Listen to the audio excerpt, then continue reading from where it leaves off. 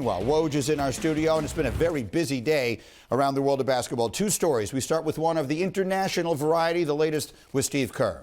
I'm told Steve Kerr is going to replace Greg Popovich as the United States' national coach, and a coaching staff that will include Monty Williams, Eric Spoelstra, and Gonzaga's Mark Few. Okay, terrific. That's a big decision made by Grant Hill. Steve Kerr takes over. In the meantime, you made my afternoon very interesting with your tweet about Ben Simmons. What is the latest with him? Philadelphia's conversations around the league have really started to rev up in recent days. They are engaged on a lot of fronts, a lot more teams, 2-3 team trade scenarios. They're still trying to land a top 25 player in the league for Ben Simmons. A big part of it is the calendar, because on Wednesday, nearly 85% of the league's players will then be eligible to be traded, players who signed free agent deals this summer. So that starts to rev up the trade period. And Philadelphia is focused on trying to get something sooner than later, if they can, for Ben Simmons. Again, this is the big story all around the sport, and Woj, you'll be all over it, obviously. And it's worth reminding everybody of exactly what Ben Simmons is and what he isn't as we take a look at the numbers. He is one of the best defenders in the league. He ranks in the top 5 in field goal percentage allowed as the closest defender since entering the league. So he does that. But as we are well aware, he does not stretch the floor. He has the lowest average shot distance among non-centers over the last 5 seasons. Not only can't he shoot, but frankly, most of the time he simply won't. And so, Stephen A., as we sit back, we've been waiting all year. When will we have some movement on Ben Simmons? Here it comes. What do you think? I like it if he ends up in Portland with Damian Lillard, because he's somebody that you can put on the ball. You can take Damian Lillard off the ball and have him essentially as your shooting guard. That's what you really, really want. You unleash Damian Lillard, and at the same time, you have a stout, elite defender. We keep forgetting Ben Simmons is 6'10". He can handle the rock. He's got a high basketball IQ. He was my vote for Defensive Player of the Year. I have a vote, and I voted for him Defensive Player of the Year last year. He is that special and that big time regarding anything other than shooting. But last time I checked, they do tend to boo in Portland from time to time, and I don't know if he'll be able to handle that. I'm just saying. They don't boo anywhere like they boo in Philly. That's true. Okay? New York on line 1. New York. That's right.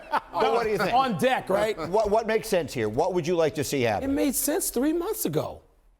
So why now is there? Okay, I understand there is movement, but why now? What's so different? I mean, I've heard Daryl Morey say on a number of occasions, I'm not taking blank cents back on the dollar. Well, if this deal was out there to be had, then the Philadelphia 76ers have just sort of wasted, I don't know how many losses.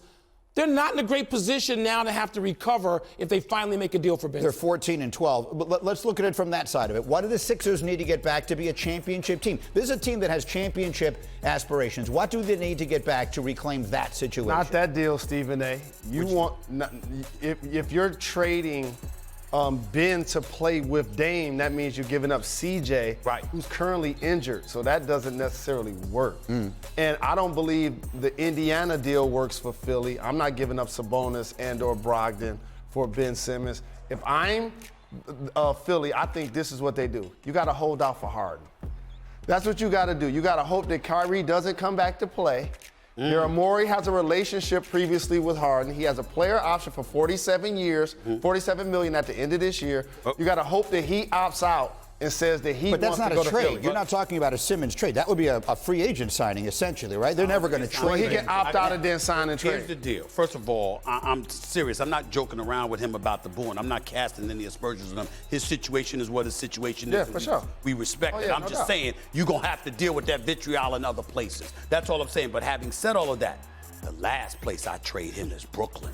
If I got KD and Kyrie and I get Ben Simmons, I'm Philly. I'm never coming out of the East. I'm not moving him. I'm sending him out west. And C.J. McCollum will eventually be healthy. This brother could put up 20 a night. He's a perimeter shooter, legit two guard. And oh, by the way, it ain't gonna just be C.J. McCollum. It'll be other picks. It'll be some other pieces. Well. I don't even mean this disrespectfully to Kyrie. Ben Simmons actually would play better with those guys than Kyrie. You put Ben Simmons on the floor with KD and James Harden, the defense he plays and his willingness to give up the ball. Well, it's never going to happen. I'm not trading to Boston never either. There's There's some Boston rumors out there not having it. No. So they may get Harden as a free agent if he opts out. That's a whole separate situation.